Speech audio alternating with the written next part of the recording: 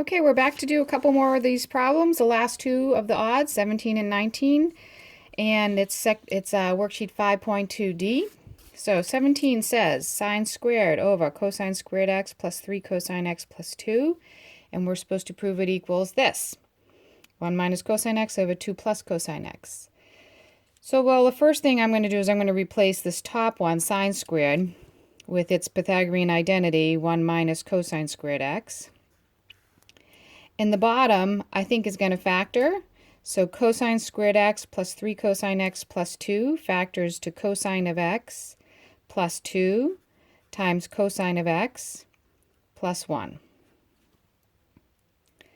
Right? Because that's like a squared plus 3 times a plus 2 if you let a equal cosine of x, which we've been doing a bit now.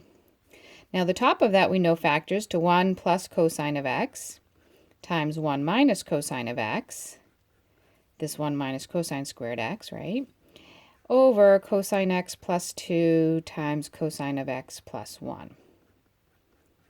And here we have two terms are the same, cosine x plus 1 and 1 plus cosine x, those are the same.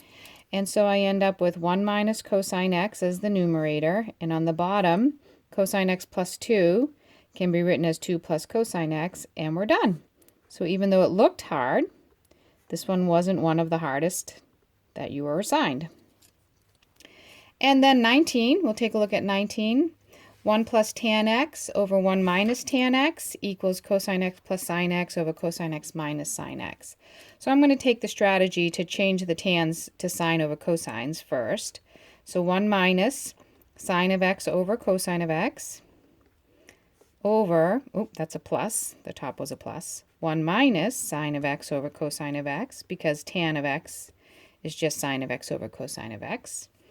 And now, if I multiply the fraction by cosine of x over cosine of x, right, and this fraction equals the number 1, so I can multiply anything by the number 1, I get 1 plus sine x over cosine x, that whole thing times the cosine of x, over 1 minus sine x over cosine of x, that whole thing times the cosine of x. And when you distribute that into both terms, you get cosine of x plus sine of x, because this cancels that when I multiply the cosine x on the denominator, it cancels the cosine x on the numerator. And on the denominator one, when I distribute that in, it becomes cosine of x times 1, which is cosine of x, minus, and the cosine of x cancels the cosine of x, so minus sine of x.